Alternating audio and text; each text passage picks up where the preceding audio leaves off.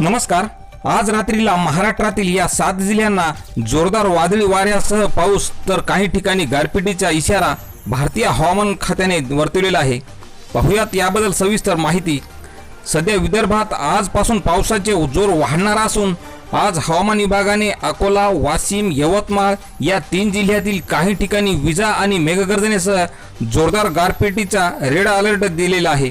तर यावेळी 50 ते 60 किलोमीटर प्रति तास वेगाने वारे वाहतील असाही अंदाज असून विदर्भातील बुलढाणा, अमरावती, वर्धा आणि नागपूर या जिल्ह्यांमध्ये काही ठिकाणी गारपिटीचा ऑरेंज अलर्ट, तर विदर्भातील इतर जिल्हे संपूर्ण मराठवाडा, जळगाव, पुणे, नगर, सांगली, सोलापूर या जिल्ह्यांमध्ये ठिकठिकाणी मध्यम तर काही ठिकाणी हलका पाऊस पडेल अशी शक्यता वर्तवली। तर उद्या म्हणजेच गुरुवारी विदर्भातील वाशिम, यवतमाळ, चंद्रपूर, वर्धा, गडचिरोली, भंडारा या जिल्ह्यात गारपिटीचा ऑरेंज अलर्ट, तर विदर्भातील उर्वरित जिल्हे आणि संपूर्ण मराठवाडा या जिल्ह्यात पावसाचा येलो अलर्ट हवामान खात्याने दिलेला आहे।